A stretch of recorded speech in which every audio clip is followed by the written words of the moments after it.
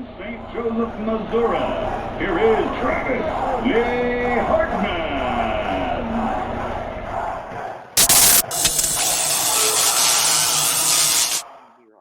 You look good. You're repping gear. I'm repping gear. Oh, yeah, I almost wore that one too. We would have been twinsies. That would have been weird. People would have made fun of us. Like they don't already make fun of us with the latest episode of Weighing In with Travis Hartman. Thank you so much for joining us. As always, we are here for you. We're going to talk a little bit about boxing news, what's on the agenda, on the horizon. We talk life, sometimes politics, sports, whatever else. There was a little event yesterday we might talk about some, but before I really get into it, I want to make mention that over there is Weekend Travis Hartman. I am B Money, the producer, Brandon Waters. Thank you so much for joining and subscribing. And if you're not, you really should hit that button below you. Thanks to our media partners, as always, TH Boxing, Gulfstream Financial, and IF Enterprises. Thank you so much. Weekend Trav, what's going on? It's not even the weekend anymore. It's Monday. I know. What's up, B Money? Wow. How was your weekend, buddy? Because I know that you are up in Tennessee. Yep, up in Tennessee, and maybe we'll jump into that later on towards the end of the show too. But I'm up here with some family, and we fly back tomorrow. But we've been up here since Thursday, and we had a cool. Oh, are you there? What are we doing? Are you good? I think we got a major delay here, brother. What's the delay? I hear you. I see you. Yeah, but you're like waiting to answer me. No, I'm not. I'm just wondering what you're doing. Yeah, yours was cutting out a little bit too at the beginning. Well, not on my side. I think we're good to go, and if we're not, then that's the unpolished level of our show that people love about us, our whimsical attitude and nature. So, Weekend Trav, I'm up here in Tennessee. You're down in Florida. I'll be home soon, and we're just gonna chit chat here for a little bit and give the fans and the watchers what they want. So, without further ado, give it to me. What's going on in boxing? Not a lot of new stuff is happening in the boxing world. So, I mean, that's kind of a good thing because we have a blockbuster schedule, for the first quarter, with Canelo Alvarez fighting. The Tyson Fury and Anthony Joshua fight hasn't been set yet still, the date, but the fight's happening. The date hasn't been set yet. We're still kind of in limbo with this Manny Pacquiao-Ryan Garcia thing. There's been no set date or even heard anything from the Pacquiao camp that the fight's happening, but we've heard from Garcia that it's happening, but I don't know if it's happening for sure or not, because now I hear Garcia talking about possibly fighting Tank if he doesn't get to fight Pacquiao. So there's a little talks going on with there. I honestly think it's negotiating ploys going on right now, because I think Manny Pacquiao, I think he kind of knows that he's only got a couple fights left. So he's probably negotiating hard to get his biggest payday that he possibly can. I know his team is doing that. Sean Gibbons is one of his advisors, and I know Sean personally.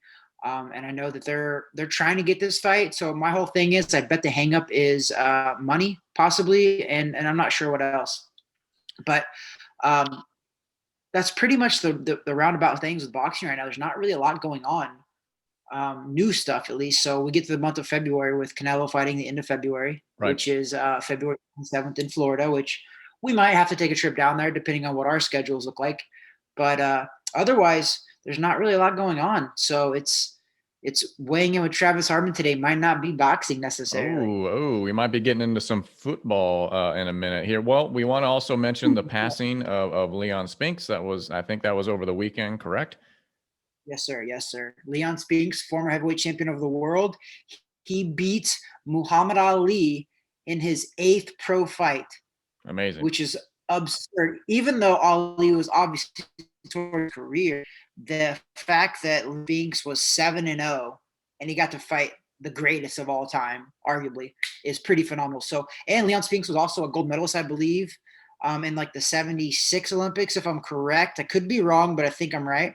So the guy's phenomenal. The guy had a phenomenal career. He's got a lineage of kids and relatives now that were also great fighters in the pros and the amateurs. So Rest in peace, Leon Spinks. He gave a lot to the boxing world. Especially, how many people can say they beat one of the greatest of all time boxers, whether it's Oh, at the end of the absolutely. career or not.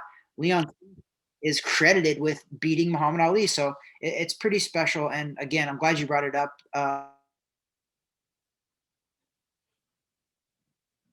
And now I do have a delay with you. You are frozen on my side. Wait. Homage and peace champ. He had a phenomenal. So Okay, you got me because you are cutting in and out a little bit. hopefully it's not doing that for everybody else, but we'll see. We'll find out. So I think I'm good. I think you're good right now. So yes. So rest in peace, Leon Spinks. If you are following our other pages and content, am I breaking down? No, you're good. Oh, what was I didn't I'm watching your eye language and your body language, and it's disturbing me. So if you're following us on the other content, the Instagram page, Weighing In with Travis Hartman, Facebook as well, Weighing In with Travis Hartman, and of course here on YouTube and Spotify, every other source for your audio needs for podcasting. You will know we try to update that stuff throughout the week, so we draw attention to events like that. So feel free to go ahead and head on out there, follow us on the socials, and maybe even Weekend Trav and his TikTok page too, because I think he's pretty active on that. I'm starting to do one video a day for Wow. TikTok. So I haven't done mine for today. That's the goal. He's pretty much a 20-year-old female, ladies and gentlemen. So Weekend Trav. What I was looking forward to.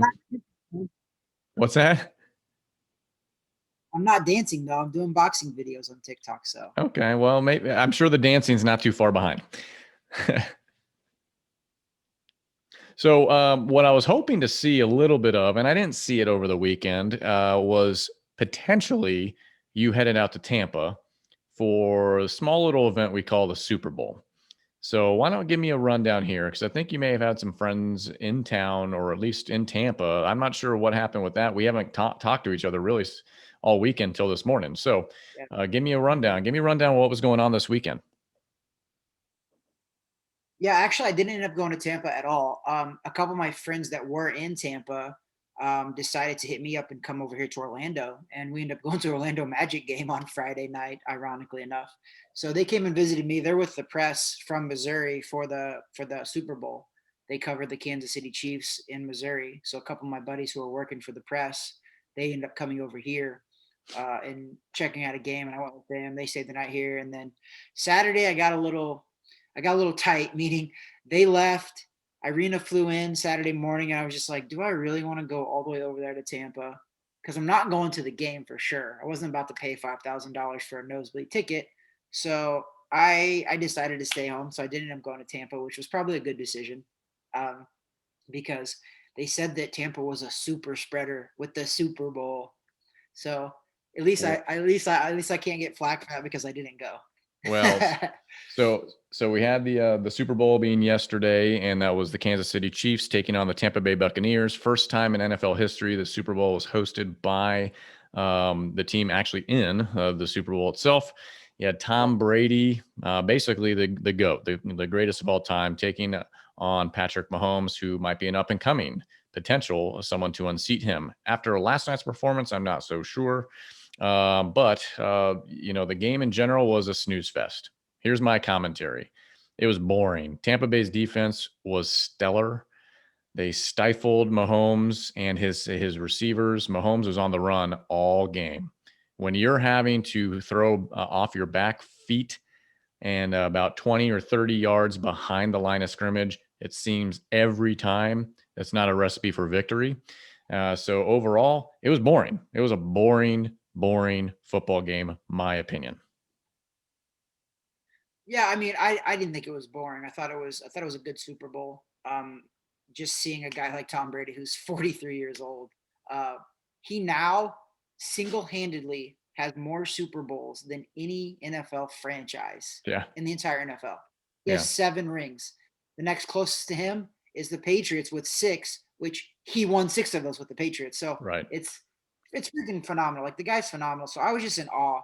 But also, I think you're right, though. I think Mahomes is the next heir apparent. I really do, because I don't think he played bad. I think he played very good, but he was being pressured. His wide receivers weren't doing anything. They couldn't get open. The run game never started. Their defense from Tampa was phenomenal, and I think Yep. me and you kind of briefly talked about that. They were kind of underrated. That defense was underrated. They came in clutch and they started hitting their stride at the right moment, which Yeah. was the championship game and then now the Super Bowl. I mean, So I it knew was how good they interesting. were. I knew how good they were because obviously they took the Packers down in the championship game. All I'm going to say is the Packers put up 30, I think, on them. So that wasn't exactly 9, but the Packers did a little bit more damage. Either way, the defense should have been the MVP if they could have given it the whole side of the defense. I mean, they just played stellar. Mahomes, to his credit, I mean, the guy's an athletic freak. There were some passes that I could not believe he got off. There was one where he was being sacked, flick of the wrist, should have been a touchdown, hit the dude in his face mask. I know it hit him in the worst spot, which was right pretty much in his hands, but it went through his hands, hit him in the face mask. Like, how do you not catch that as a wide receiver in the Super Bowl? His receivers weren't helping him. There was probably 2 or 3 passes that should have been caught. It couldn't have been jitters because they were there last year. So I don't know what the excuse was other than the fact that Tampa was so good on defense. And it was no stopping destiny, what seems like, that Tampa Bay was going to win this thing with Tom Brady. Now, let's talk a little bit about Tom Brady because there's some interesting elements to him. Walking into the stadium, if I don't know if you saw any of the coverage, walks into the stadium. What was missing? No mask. No mask. Okay. Nice. What about his locker room? What was in his locker? Oh, that was in 2016. You're talking about. Oh, I thought that was last night. That, Okay. that was true, but that was true. That he had the Make America Great hat in his locker in 2016. That was the old one. Yeah, he didn't have it right now. He didn't have it now. When But he had it. When Jim Nance went to interview him after the game, and Jim Nance has the mask, and Tom Brady says, "What was that? I can't hear you very well." Come closer. Yeah, that I'm was good. closer. Yeah. So interesting little developments there on the Corona Bro front. But I don't know. I I was just hoping. I think everyone was hoping for a little bit of a closer game, something that went down to the wire. I'm just going to be honest. I lost interest in it pretty rapidly, especially not having a dog in the fight. Yeah, I So mean that makes it easier to lose interest though, because to be fair, that's obviously why you didn't like it, probably because like you didn't really care who won, yeah, and Brady beat your boy, so I can that's see how true. you didn't like it too Now, my much. boy, on the other hand, now it's like a small consolation prize, I guess. Ended up pulling the MVP for the season. So, I'm pretty sure he would trade that oh, MVP for that Super Bowl. 100%, He would say that for sure too. 100%. He has 3 of those things now, and I'm pretty sure he'd rather have 3 championship rings rather than just the one. So it is what it is. That's kind of what's going on there. Any other takeaways from the Super Bowl in general that you walked away with? I mean, yeah, it wasn't. I will say that the halftime show. I like the weekend, but I wasn't very entertained. It was kind Yeah, of I was like, whatever. The commercials. mm, I wasn't impressed again either. Like yeah. I'm a pretty positive guy, but I don't want to say it was like terrible, but it wasn't like memorable. I can't tell you right now. Maybe 1 or 2 commercials that I can remember that kind of stuck out, but otherwise I didn't really care. Yeah, It I was can't even I everybody can't else. even tell you my favorite commercial because I don't remember any of them. Yeah, and that's not good. That even if they're really bad, at least they're memorable. I don't really have very many memorable ones that I can really talk about right now, which is sad. But I think that's the state of affairs with the NFL right now too. Is I think they're struggling a little bit with bringing in new audiences and building their brand even more. I think it's really taken a hit, not just because of coronavirus, because of a lot of things. Right. But I feel like it could have been better, I guess. Overall, I think it could have been better. And that's kind of where I ended it. It just could have been a little better. Yeah, they had that one commercial that was supposed to be the whole meet in the middle thing with Bruce Springsteen and Jeep. And I was like, save your gobbledygook because I know for a fact this cat isn't in the middle. It's just this pandering. It's pandering to the audience, pandering both to the one side and the other. And it was a minute of black and white drivel, talking about us meeting in the middle and we're on our way as a country. Really? I don't see that. Do you see that weekend, Trav? No, But you're over there. Okay. I definitely don't. And yeah, I think pandering is such a good word. I mean, they're gaslighting, they're pandering. It's Gaslighting's a good too. Yeah. thing. Like, I mean, I tune in, and this is where I'm getting sick and tired of in sports, is I tune in to watch the sport. And I think too often in the last couple of years, we have turned away from the actual sport and we're taking the spotlight and putting it on other stuff. And I get what they're trying to do, but I also don't get it because they're ruining the tradition and the actual sport which we tune in. They're just muddying the waters. I'd rather turn this game on and watch the sport. You can throw in some things. I get it. It's a platform, but I think they really got to be careful because the old school traditional people who love the sport, they're really turning those guys away. Yeah. And I think those are your traditional long-term fans. You're trying to bring in this new thing by gaslighting and pandering, and that they're not going to stick around and watch because they're just not. You're pandering and gaslighting for them, but you better start pandering and gaslighting for the traditional fans who are the old school guys like my dad, your dad, the guys that have watched the sport for a long time, watch it grow. And I think that they don't like where it's going. And I can see that because it became so political, especially with some of the first things I saw on Twitter, like you were talking about Tom Brady. He walked into the arena without a mask. All I saw was hate towards this Yeah. man. Yeah, he should like he should be setting an example and this and that. I'm like, really? Yeah, he is setting an example. You just don't like the example he set. Yeah. Yeah. And like I was telling you too, I think this whole mask thing has been a big pandering as well because for TV, especially remember when I was in Dallas, when we were both in Dallas, we were in the bubble. We traveled with our fighter. We're in the bubble. All of the referees and judges who were there the night of the fight was in the bubble. But yet, when the TV cameras came on, I had to wear a mask and you had to wear a mask in between rounds with our fighter. Just didn't make sense. We literally were in the hotel in the bubble. Nobody else go. We all passed COVID tests, but because the TV was on, we had to put those masks on. Even though we could train with our fighter without him on, we could do all that stuff without it. But yeah, as soon as the TV camera came on, wow, put your mask on. I was just like, if the masks make sense, wear them. But for me, there's a lot of gaslighting and a lot of pandering going on when the TV cameras come on. And I'm not for all that. I'm just not. And I think, good for Tom Brady. He wasn't setting a bad example, but the guy is 43 years old.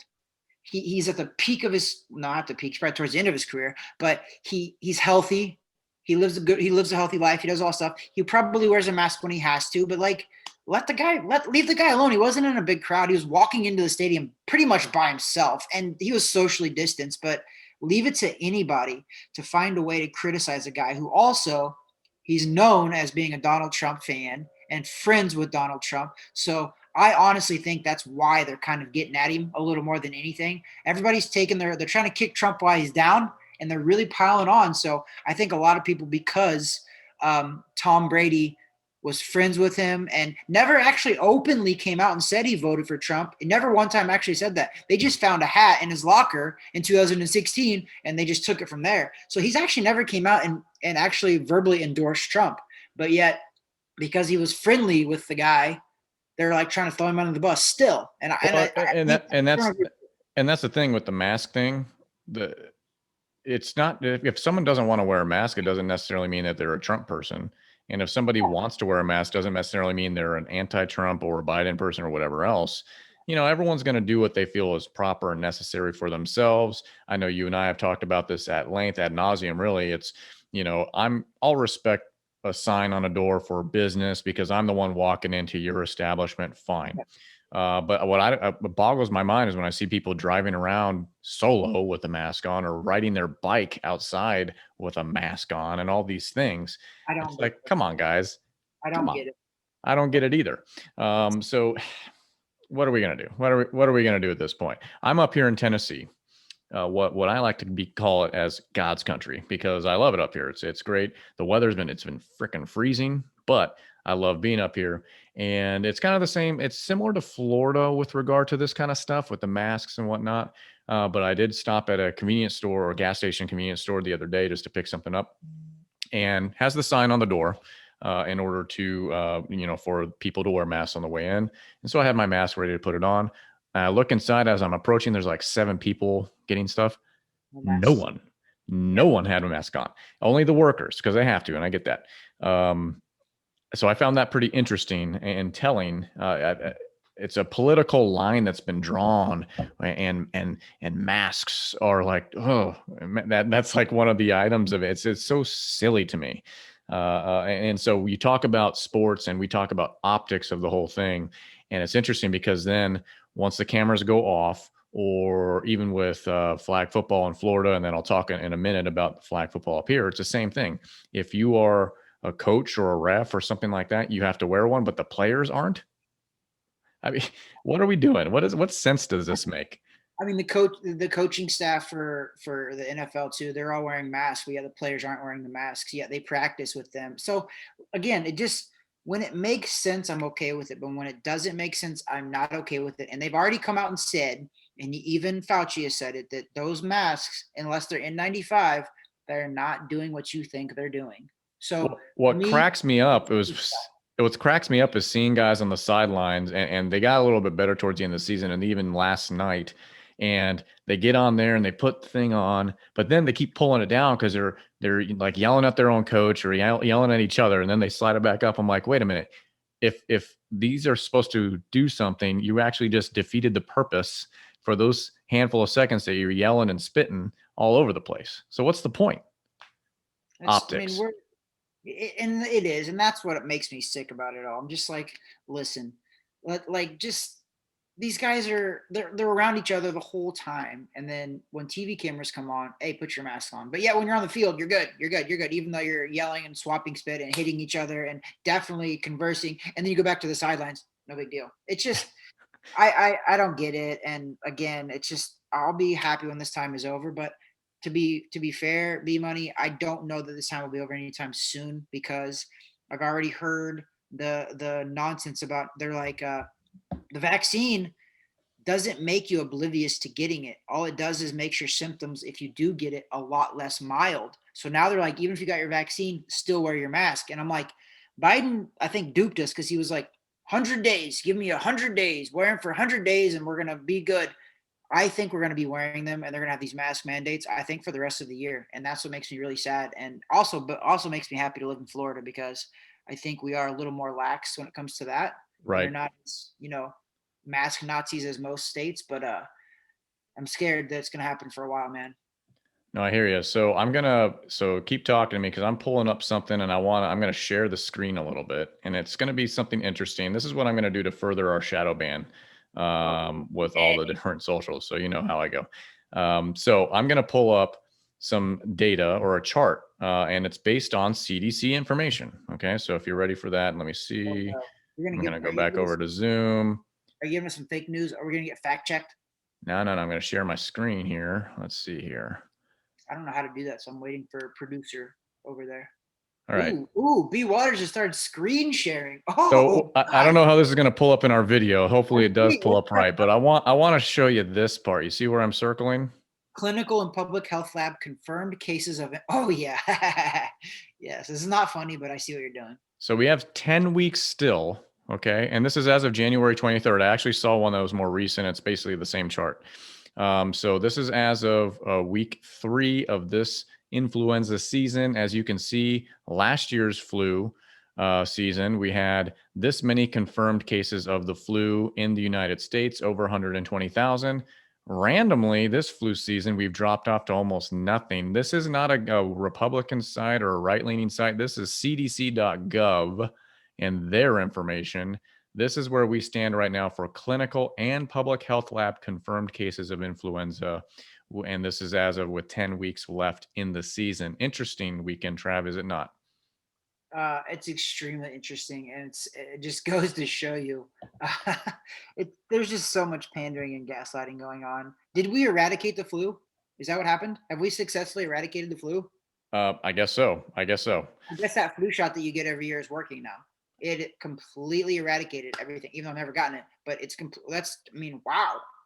So people, everyone should understand at this point that we're just, pandering is a good word, gaslighting is a good word. They're just trying to, we're sheep. They're corralling us, and they're treating us like sheep. We talk about it on and off, all sorts of. What's that? It's easier to control a population when you play on their emotions of fear and health. And when you turn them against each other. Exactly. So anyway, so we're up here in Tennessee, and we mentioned flag football, and my sister and my brother-in-law, they run a operation called Father and Son Bowl. They've been doing this for 15 years up here. It started as just a small little thing with some people from their church, just wanting to play football with their boys. But what it is, it's a league put together, not a league, but it's an event put together, championing fatherhood with regard to fathers, sons, grandfathers, relatives, things like that. But it's all men out there and boys, and we play. And usually there's a little over 1,000 participants this year, just because of everything going on. There were about 750, something along those lines. And so you play a game, a flag football game, and there were 8 fields being run, and they did 5 rounds. Okay, so that's a lot of games. So you play one, and so it's a cool experience because I've been doing this for several years with them as well. I come up to Tennessee with my family, and so my son and I get to play, and I've been his coach for many years, so that's always been cool too. But being able to play with him is a whole other experience. We've been doing that for several years, but this was actually the first year that my dad participated too. So I mean, think about that. Yeah, 3 generations of Waters men playing with my brother-in-law and his 4 boys, and that was a team. So the Clark family, the Waters family, that's their last name, that's my last name, and so that was our team. It was only us family playing. We play another group of guys that's kind of balanced too on the ages, and we just have a good time out there. And the whole message, it's religious based, it's Christianity based, and so my brother-in-law Darren gives a good pep rally before each round, goes through kind of a message of sorts about, and this year's message was off of building your house on the rock versus building your house on the sand, but not stopping there, but also to discussing the other side of things, which is, we believe that there is a pruning process going on in our world from a faith standpoint, and thinking that the shaft will burn away at some point, and God's really doing some things here to wake us up to what's going on out there in the world, and really try to wake up people religiously. So it was a cool message. The event itself is awesome because it's so cool to be out there. And this is all ages weekend, Trav. It's not teenagers on up or anything like that. They have little kids. I don't know what the youngest was this year, but I've seen you get like sometimes 3-4-year-olds out there. And what they do also is that if there's a kid under the age of 6, they run what's known as little man plays. And so with the little man play, if you have 2 kids on either team playing, you basically just kind of hand the ball off and let the kid run and go and pretend like you're trying to pull their flag, and just try to get them to run all the way down the field and score. It's an uplifting thing. It's, teaching men the way they should be really moving forward with their children. And maybe you're bringing somebody else, a kid, an underprivileged kid or whatever else. That's Saturday. Sunday, they partner with charitable organizations, really fatherless kids, those kind of groups. And we call it MVP Sunday, and basically just kind of pull out all the stops, free food for them. Same sort of deal. You got the message, they get to play the game, have an awesome day, Superbowl Sunday, and just a cool time to experience that, and try to uplift these kids that just don't have those fatherly influences in their lives, and just show them, hey, we're loving on you, and this is the way that really things operate in this world. It's not as gloom and doom as you think, and try to just give them a good masculine support system there. So it's a really cool thing they've been doing for 15 years, and I love being a part of that when I can. And so we've been coming up here for the past, I think, 5 years now, participating with them, and it's neat. The whole community gets behind it. Their church community gets behind it, and it's really a cool thing to see that many people out there all day long, multiple generations of men and boys playing together and just cheering each other on. What I love is that one of the rules to these games is that it's mandatory celebration. So when you score the touchdown, there better be something cool going on. Yeah, NFL, come on, you got to learn that lesson from us. So it's a cool time, and we're fixing to fly back tomorrow, but and I'm in one piece. That's good. You made it out healthy. Yeah, there's always little aches and pains because you're working stuff you don't usually work. My one football game a year. So, well, my question now is, B Money, is you guys do this in February? in Tennessee, where it is historically cold in February because it's winter, why is this league not happening in Florida? Well, so they've Not to bring no, I would keep it there, but I mean maybe do a branch out yeah, and do no, we talked about that at one point. So I'll plug them again here. Fatherandsonbowl.com, I believe, is the website. I'll try to correct that or make sure it is that before I actually put it somewhere, but I believe that's what it is. Father and Son Bowl, based out of Tennessee. They actually run one in Texas as well. I don't know if this year they are. I'd have to double check that, but for the past few years they've done that. And it's all done in house, right? They have people that help them, but they don't employ anybody. This is all volunteer stuff. My brother-in-law has a real job, right? And my sister, she homeschools, educates, her. I think one of them now, so the others are in school now. But they're busy with real life stuff. They do this on the side. They felt led spiritually to do this 15 years ago. And that's what they're doing. So they do have, they started a couple of years ago in Texas. I don't remember where. There's paraphernalia all over. This is my brother-in-law's office. I don't know, somewhere. But they talked to me a few years ago about possibly looking at doing the same thing in Florida. Because it's a weekend. It's a weekend. It's not a league or anything like that. It's a one time of the year. But the whole idea is championing fatherhood and really positive male influence on lives. And I think that's a message that has been broken down in our society for many, many years, demasculating us. Bring masculine men back. Exactly. Bring us back. And this is one definite way that we do that. So kudos to them, Carrie and Darren Clark with Father and Son Bowl here in Franklin, Tennessee. They're doing awesome stuff, and I just want to give them kudos and props for that. And also doing a little bit in Texas over the past couple of years. Who knows? Florida might get something like this in the near future too. I'm rooting for it. There you go. So that's why I'm here. That's why I'm here. That's awesome. You traveled all the way there to do something like that, but it's tradition now, right? For you guys, you've been doing it for a good amount of time now, you and your son. So, and I mean, I know your wife and your daughter's there as well, right? Yep. So it's the whole family goes, but Yep. I think it's pretty cool. I think you're right about a lot of things. And I think that, um, one of the things that happen in a successful society is when a family has a two-parent household, has a father and a mother, or at least a figure like that to help those kids. So I think this is awesome that you guys are reaching out and kind of trying to fill that void in some of these kids' lives, because it does help. I mean, some kids need that. We all need it. I needed it. I needed somebody to look up to when I was growing up for the substance and for who I was as a person. And sometimes these kids, they pick the wrong people to look up to and they get lost because they don't have that at home. So the fact that I love that you guys are doing this in the name of God as well, and very spiritual and church related. So I think that's awesome because we do need more of that. So I'm glad to see that, because I continually, I'll make posts every once in a while about religion and about God and even politics. But I do think that we are trying to normalize and publicize one parent households and single family households. And in fact, I'll give you I'll give you an example, and I know this is going to ruffle some feathers, but I don't really care.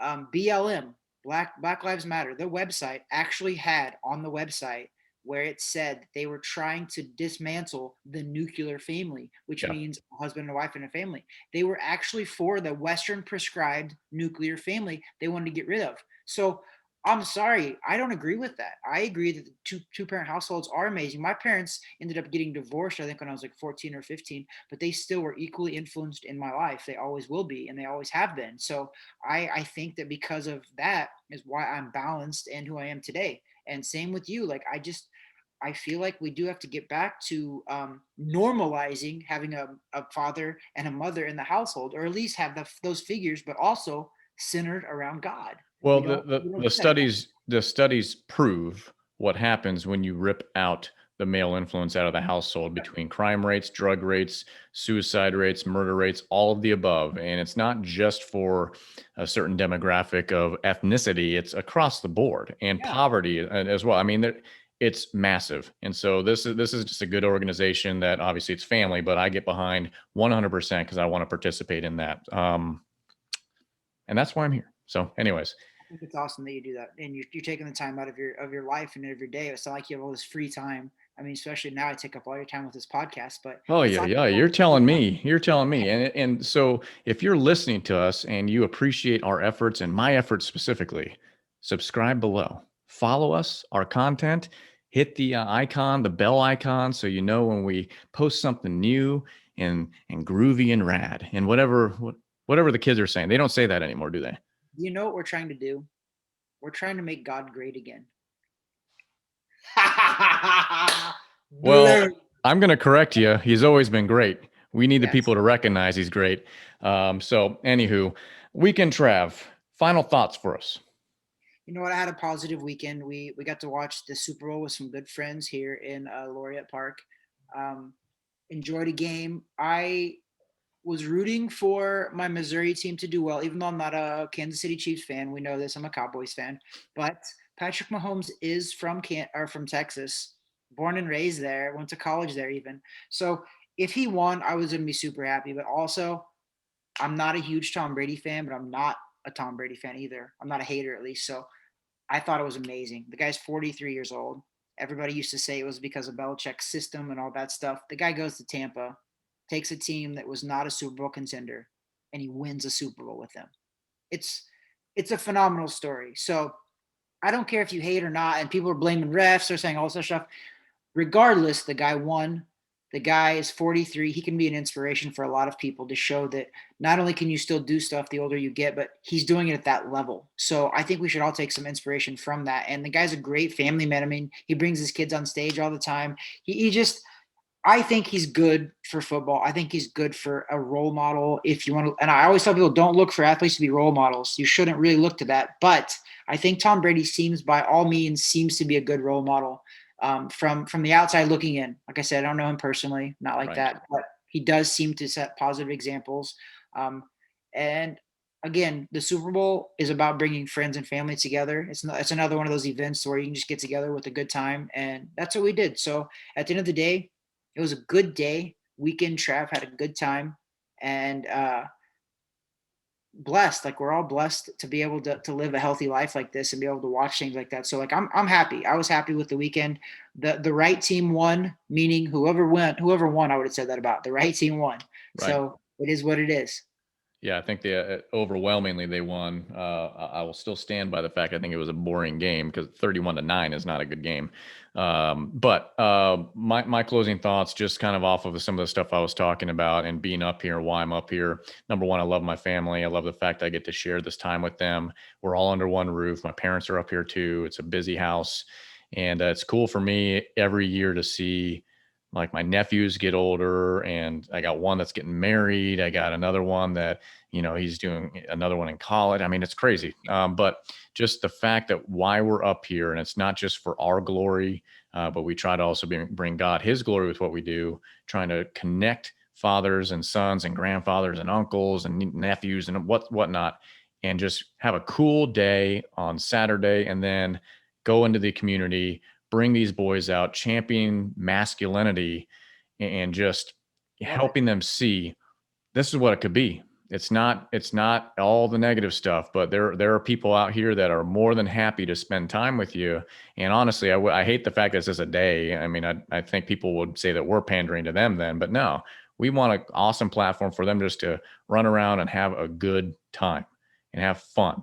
And that's the biggest thing. So I love the fact that this is what I'm up here for. And I think we need more of that in our world. And I definitely think we need to bring the men back.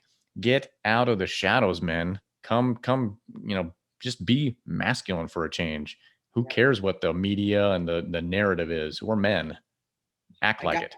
I got a quote that I liked, and I posted on my Facebook.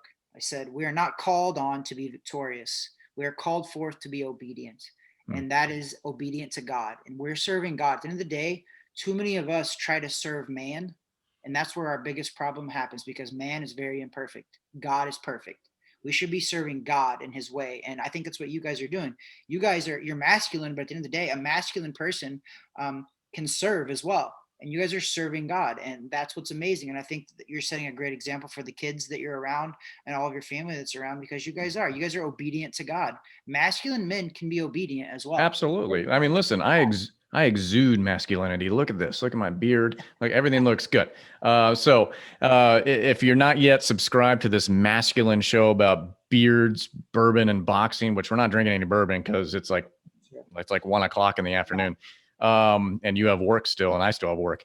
But if you're not subscribing or following, do it. Thanks to our media partners, TH Boxing, Gulfstream Financial, and IF Enterprises. You can find links below to all their stuff. And I'll put Father and Son Bowl out there as well. If you're in the Franklin, Tennessee area next February, Super Bowl weekend, please join us. And then there's also a Texas location too, so I'll have to put that up there as well. But anyways, Weekend Trav, it's been real. It's been fun. I don't know if it's been real fun, but here we are. There's no Weekend Trav attire to really talk about other than plugging the promo stuff. Hit the merch up for TH Boxing. Hey, that there is Weekend Trav. That there is B Money, aka producer. God bless. Have a good one, folks. Thanks, guys.